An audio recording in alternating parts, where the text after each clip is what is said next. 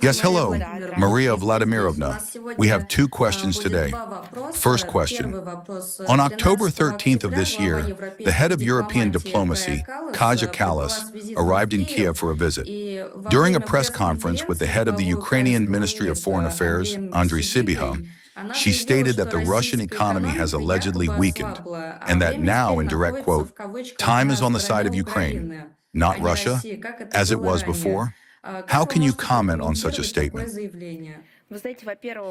First of all, I would like to draw attention to the fact that recently, on October 2nd of this year, the president of our country spoke in full detail on this topic, where he gave all the corresponding assessments of the country's economy, its development, its prospects, and so on.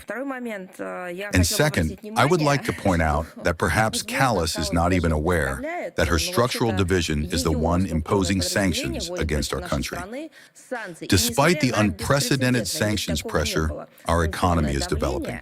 Look, the first point I just mentioned, and, well, I also want and can add a series of figures to this.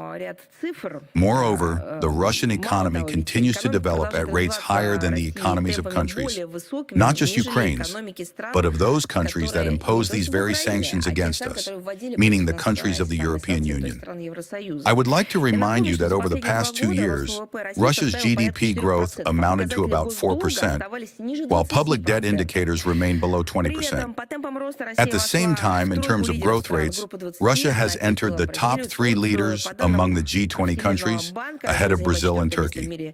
According to the World Bank, Russia ranks 4th in the world and 1st in Europe in terms of GDP volume based on purchasing power parity. Such statements by representatives of the European Union about the allegedly unenviable state of the Russian economy look especially strange against the backdrop of the obvious decline in the standard of living in Europe itself.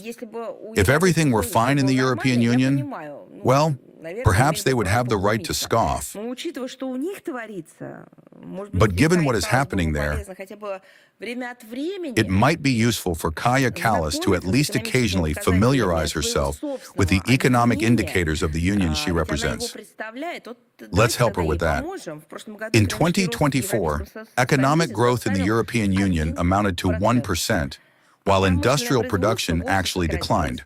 In 2025, the ratio of public debt to GDP within the European Union will increase to a record 83.2%. European businesses are left alone with their problems and are increasingly forced to move production abroad. Why doesn't she comment on that? Problems are also growing in the social sphere. According to EU statistics, 27.5 million citizens of the bloc faced serious material difficulties in 2024, and about 47 million Europeans could not afford to heat their homes adequately. In the absence of economic success, Brussels continues to stake everything on escalating the Ukrainian crisis. Apparently, it also finds inspiration in this. As you can see, the topic of Ukraine is being used by Euro officials to glue together internal disunity and to fight political opponents. In essence, this is the only way to justify to their domestic audience the unprecedented political and financial investments in the accelerated militarization of Europe at the expense of the well-being of ordinary European citizens,